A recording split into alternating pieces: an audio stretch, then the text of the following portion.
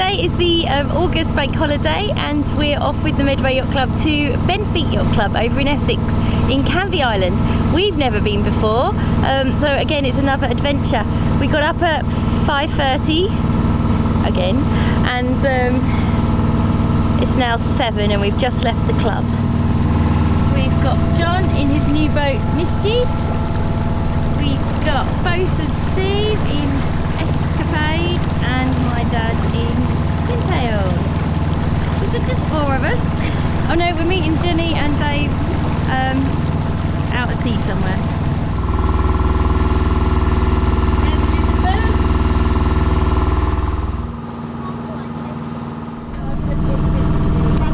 Tiny interesting thing, something I think I've known but not really seen before.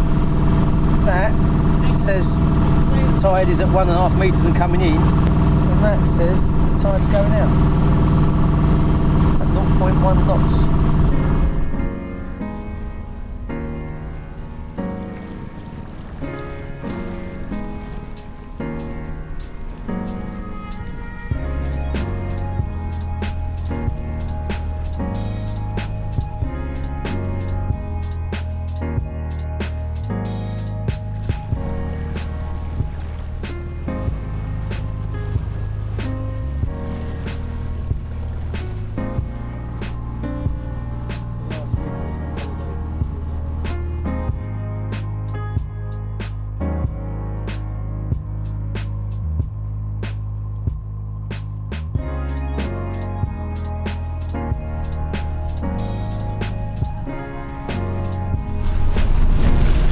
Hopefully see, you can get to that fort at low tide. As he likes mudlarking, digging around in the mud looking for ancient artefacts. Perhaps we'll go out there one day.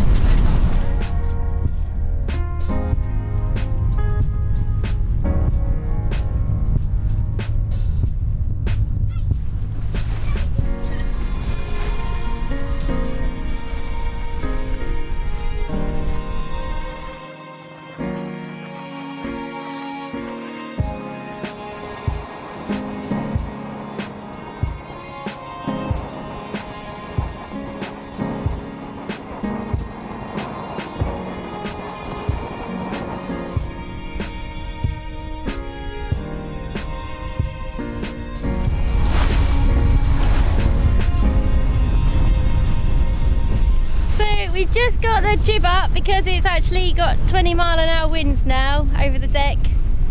So no engine, but just the jib alone, and we're doing 5.2, so that's not bad. That's our real speed, isn't it? E?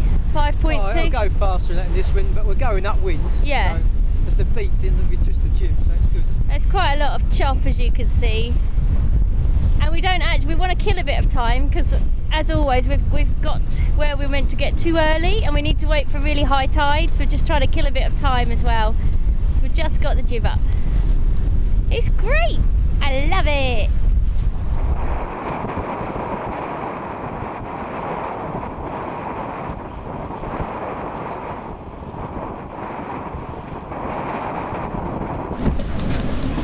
That's where Izzy and Winnie are in this 20-mile-an-hour winds.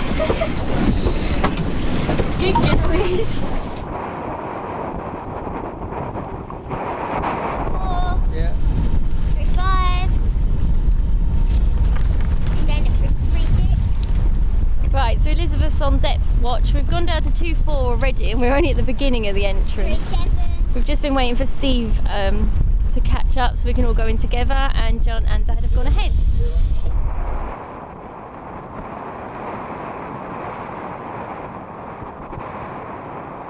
Right, so we're just about to run out of water and go over the green, which is the mud.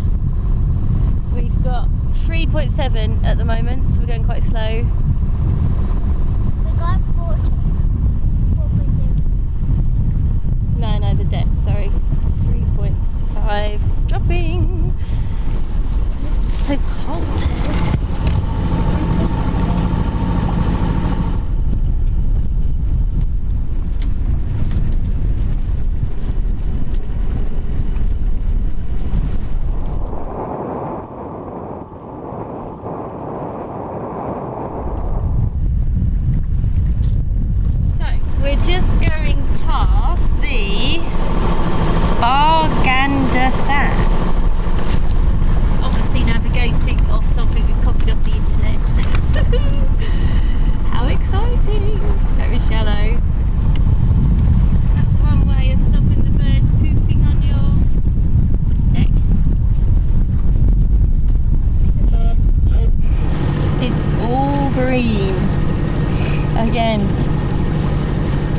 Oh, and I'm shivering because I'm so cold.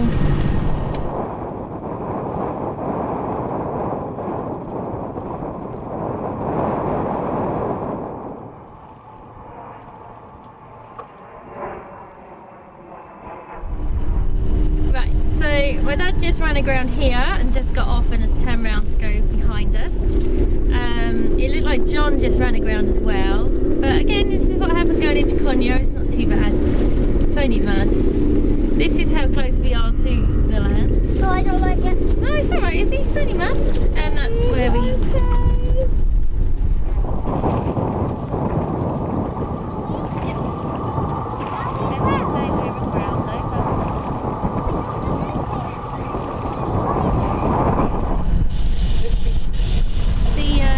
The sort of launch that came to help us said to stay to the starboard side.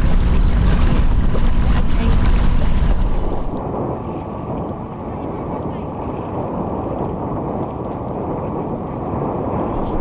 Say that again. It's very pretty again, this river. Right up close to it. Oh, it's still gusting 20-mile-an-hour winds as well. Ooh.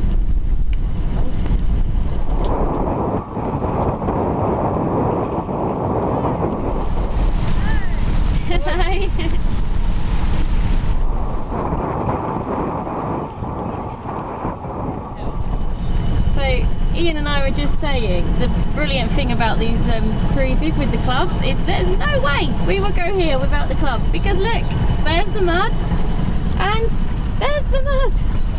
We just know. It's a pretty looking little club. It's pretty. Lots of Yeah. boats. It's obviously a well-used club. Everyone's been lovely and friendly so far.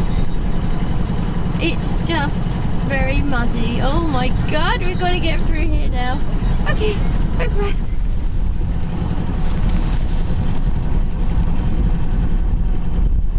Okay, let's stop again. Escapade, 1.6 metres of water here. I think we might be aground now. As you've probably realised, you can't be afraid of the mud if you want to go exploring on the east coast. Going aground is all part of it. As long as you're not going too fast, you can normally pull yourself off. Just have to think through what's going to happen. Of course, it's all made a bit more complicated when there's other boats coming towards you.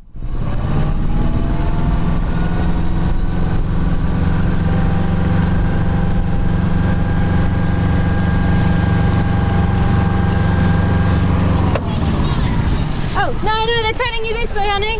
Okay. Okay.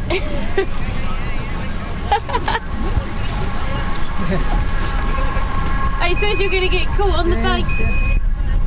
Going to hit the bank. Oh, we're on the bank. Okay, Ian.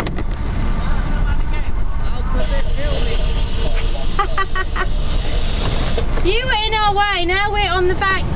Mr. Porter, you going to tear us off? No. Watch the boy behind you.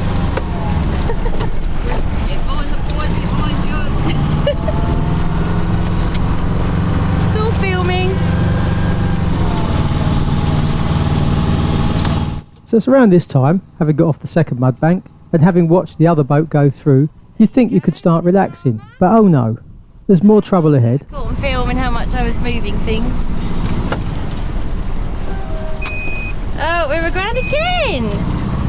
Steve just slipped straight past this.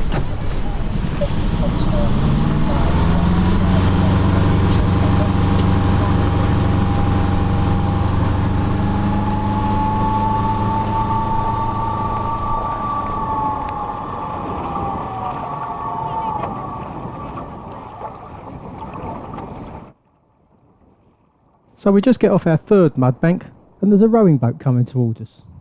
You couldn't make this up, could you?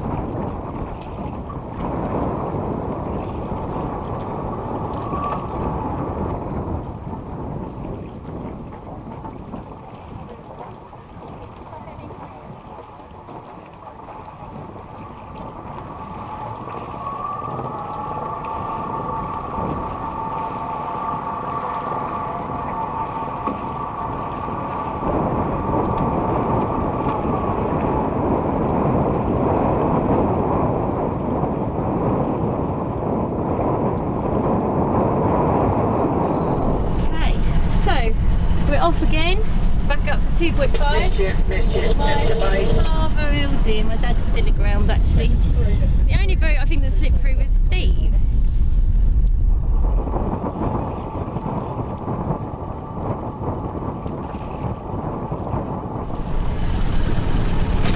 Cram him in.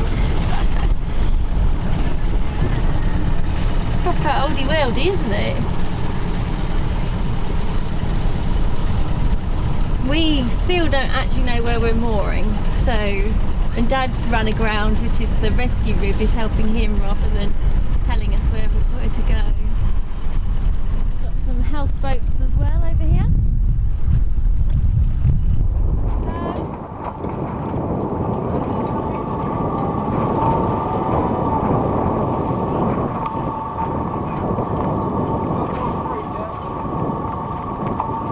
Right, so we've been allocated this mooring, but we can't get to it. We're aground again. We just keep running aground. Dad's managed to get off his mooring. Steve's thrown them some lines, but he can't get to his mooring either yet, so he's aground about a metre from where he should be. At least he's not moving back towards like we are.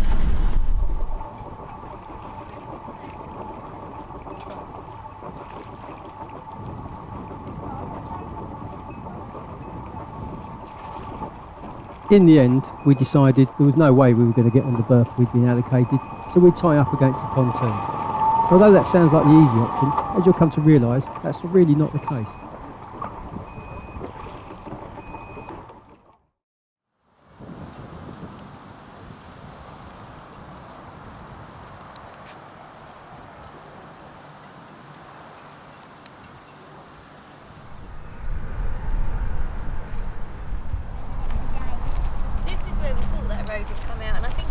So as we'd spent the best part of the day cooped up in the boat, first thing we did, go for a walk, stretch our legs and have a bit of fun. To the end, as far as we can go.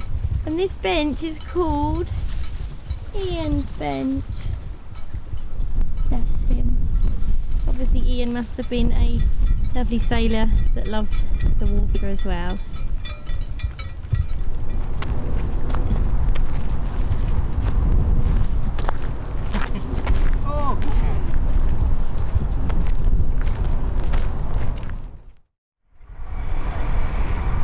So far, all of you that don't really know Benfleet or East Coast rivers are probably thinking, that's a pretty little place, just like every other river I've ever seen. Well, in just a couple of hours, it looks like this. It's completely different.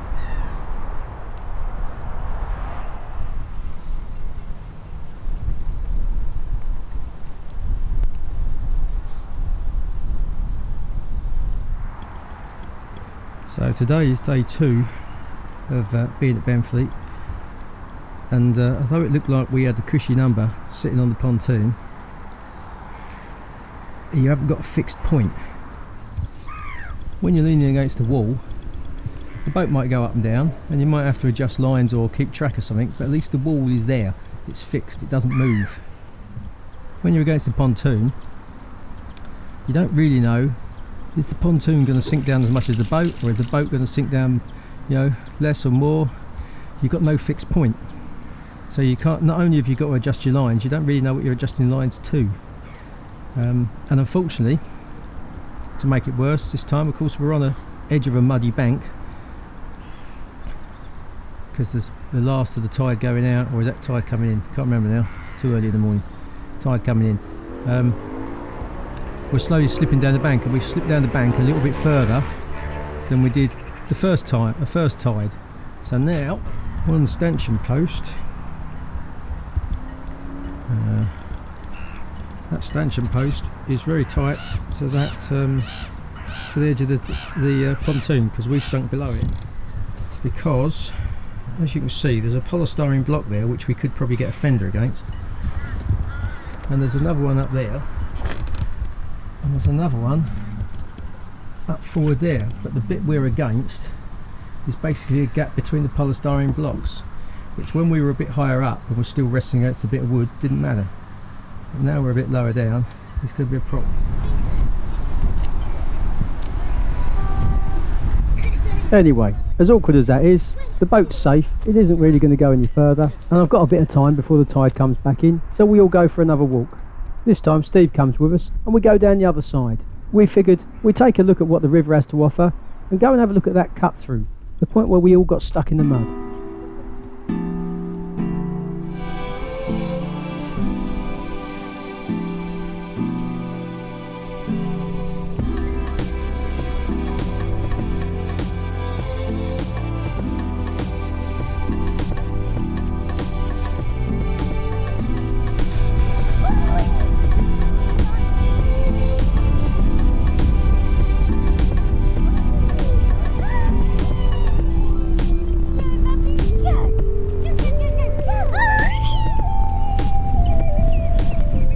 When we came in, as much as it looks like it's straight down, you have to go around the other side of that little island, past all these little buoys that mark the channel.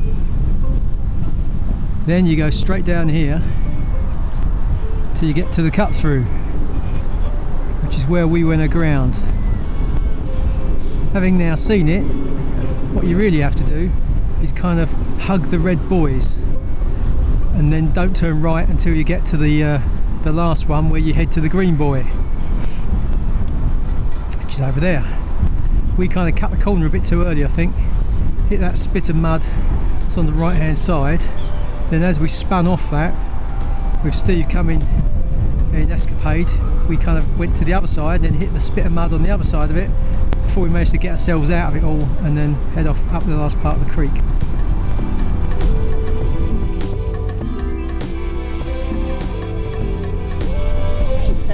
Film this yacht coming in, sailing up this creek that's barely got any water in it. Just as I thought I'd film him, he's gone aground by the looks of it. Don't know for a fact what the guy did, but I think he very seemingly deliberately drove it into the mud to stop it, dropped his anchor, and then put his sails down because he's on his own by the looks of it. This is Hadley Castle, built in 1215. Apparently it was there to keep the French out, which the locals say work because they don't get many French visitors for some reason. So it's the Monday now and we're going to go home. We didn't really film much yesterday, we had our little walk, but as is away on an August bank holiday, which should be the best bank holiday of the year for weather, it absolutely lashed it down whole day, well, from 12 o'clock onwards. So we didn't do much. We sat around, ate and drank. We all went up the clubhouse because the club wasn't cooking on Sunday, and had a curry, had a good night. And then the other thing I did was finally sort out how to make our boat a bit more secure in this pontoon. Underneath this pontoon, as with many pontoons, there's kind of, just spun there and like one there-ish somewhere, there's blocks of polystyrene that make it float. And in this case they've got like a wooden frame around the other side to hold it up a bit as well. Well, the first couple of nights we were centred around that cleat on the deck. Is it there? Can't really see in this camera. Which meant we were around the hole that's between the polystyrene blocks, so there's enough support. So we've done two things. We've moved the boat back, so now we're lined up with that polystyrene block. And because the polystyrene block is set below the edge of the pontoon, while we're out on our walk, don't know how well it's going to come out, I found that old wooden post. So we put a line round that wooden post to the two deck cleats, one there and one up there, to sort of suspend it there, and then all my fenders are resting against the bit of wood, which itself is resting against the polystyrene. Now it's kind of flawed a bit because obviously it slides up and down, and that bit of wood, the fenders don't want to slide against the bit of wood, and that bit of wood doesn't want to slide against the polystyrene. But so far we've had that now for 3 tides. And no, 2 tides, and it's worked good. It's not hurting the polystyrene, it's not hurting the fenders, it's all good. So as is often the way with life, just when you don't need it anymore you finally figure it out. So anyway, it's a lovely sunny day today, still a lot of wind, but it's meant to calm down, so we're going to have some breakfast, play with Izzy in the morning, and then we'll head off back down this creek and find our way back in the Medway.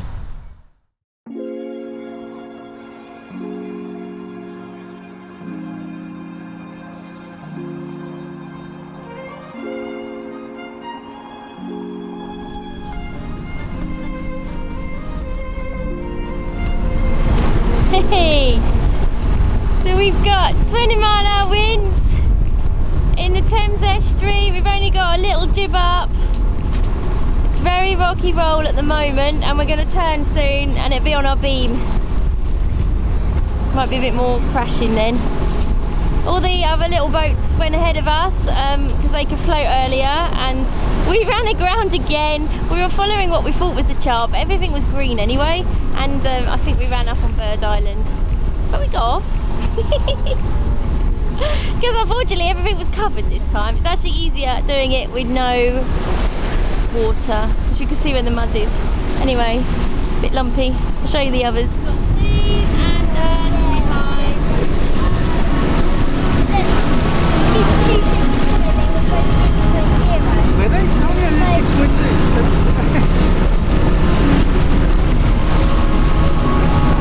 They're 6.2, yeah. Snap. We have to say snap, right? That's how it goes, snap, okay? Snap. Oh, yeah, just snap.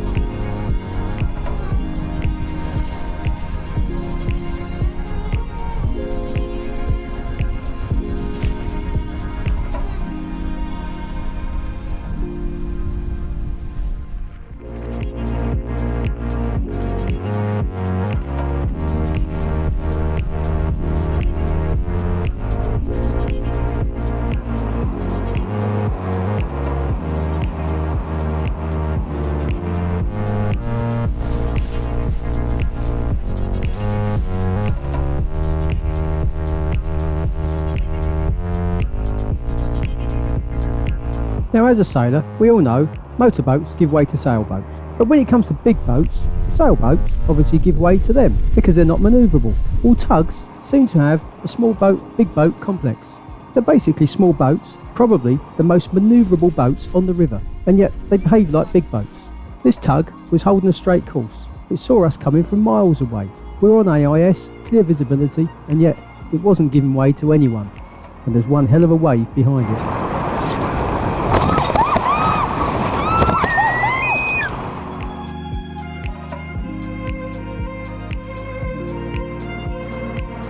Anyway, we're pretty much back to the Medway now, or the Mudway, as some of the locals like to call it. See if you can tell when we actually enter the river. That's pretty much it. Thanks very much, Benfleet Yacht Club. We had a great time. And thanks to John and Dave and the others that helped organise it. It's a really good weekend away. Go.